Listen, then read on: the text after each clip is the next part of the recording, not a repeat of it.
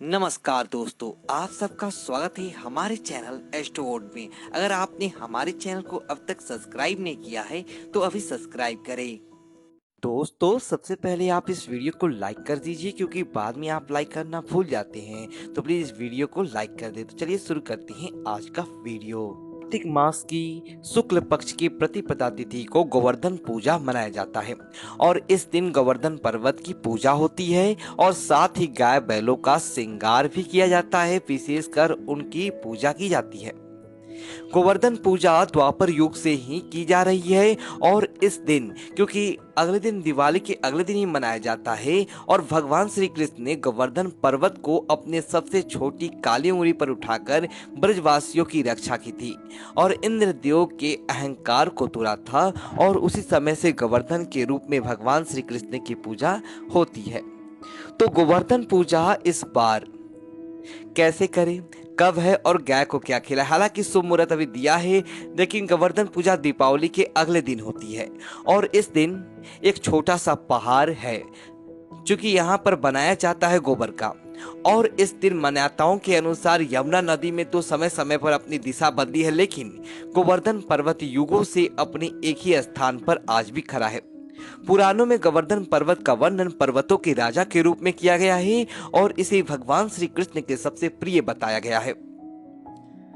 इस दिन गाय की विशेष रूप से पूजा की जाती है, क्योंकि गौ माता से ही अपने जीवन को सुचारू रूप से चलाने के लिए सभी चीजें प्राप्त होती है। कैसे करेंगे? सुबह उठकर शरीर पर तेल की मालिश जरूर करें, इसके बाद स्नान कर साफ वस्त्र धारण करें। अपने घर के मुख्य द्वार या आंगन में गाय के गोबर से गोवर्धन भगवान की आकृति, गोवर्धन पर्वत और उसके आसपास ग्वालों पेड़ पौधों की आकृति बनाइए।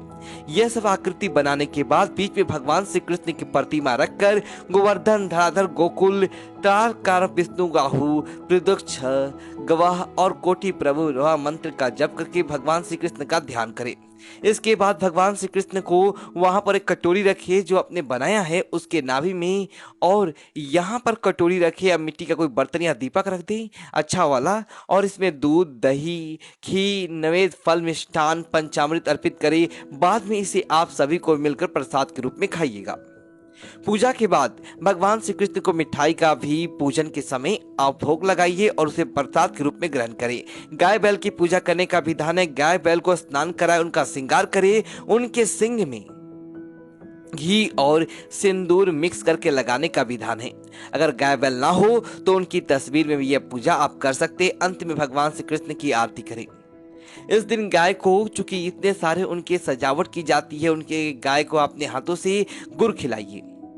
गोवर्धन पूजा के दिन क्या नहीं करेंगे? देखिए, इस दिन चूंकि भक्तों को आशीर्वाद मिलता है और भगवान श्री कृष्ण की आराधना से, चूंकि अन्नकूट पूजा गोवर्धन पूजा फूल कर भी बंद कमरे में नहीं करना चाहिए। याद रखिएगा, गोवर्धन पूजा अन्न पूजा खुले स्थान पर ही की जाती है।